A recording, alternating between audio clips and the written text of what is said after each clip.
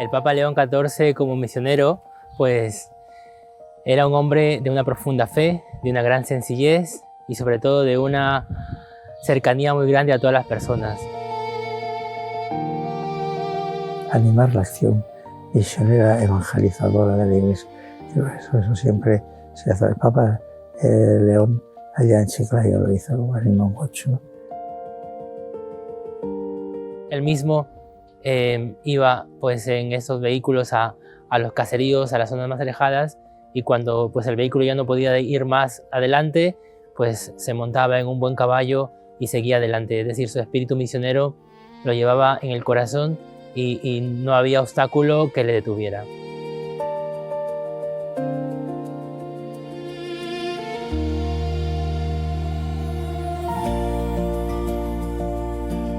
Es decir, el misionero siembra esperanza.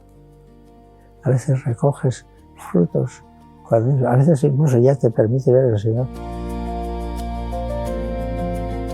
Pues mira, el objetivo de las misiones no puede ser otro que el sueño de Dios. Y el sueño de Dios fue crear una gran familia. El sueño de Jesucristo antes de irse al cielo, antes de la ascensión, fue también que todos sean uno, como tú y yo lo somos. Pero sobre todo compartir la alegría de acoger a las personas, de acogerlas con generosidad, de acoger a muchas personas que venían a verle. Entonces, misionero sembrar y regar.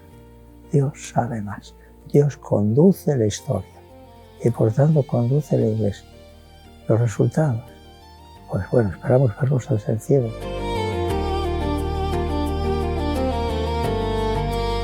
El misionero no se siente nunca extraño en Perú. Da la impresión de que ha vivido allí toda la vida. La diócesis de Chiclayo físicamente es un territorio, departamento que se llama ya, que fundamentalmente pues es costa. Las misiones en Perú son lo más propio del lema que se ha escogido para este año. Se esforzaba por llegar a todos los pueblos. Yo recuerdo su afán, su alegría y la ilusión por llevar el sacramento de la confirmación a todas las parroquias y especialmente a las más alejadas. Cuando alguien me pregunta si es difícil estar en Perú de misiones, yo digo que si te olvidas de ti y te pones en manos del Señor, es lo más fácil que hay.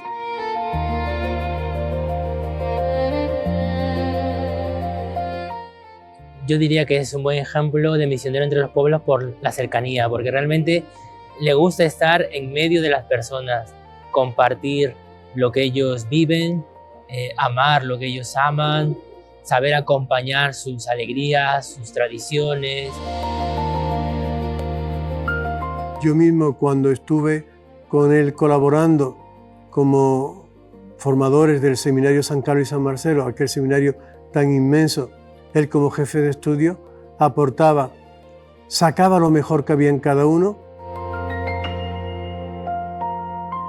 Sobre todo los años que estuve con él de secretario, algunos días me decía, deja la agenda libre para que cualquier persona que venga pues pueda entrar y hablar con el obispo de sus problemas, de sus necesidades, o si quiere traer alguna petición, pues deja una mañana libre para los sacerdotes, para las personas, y esa apertura, esa disponibilidad a mí me ha marcado mucho y me enseña sobre todo el gran corazón que tiene.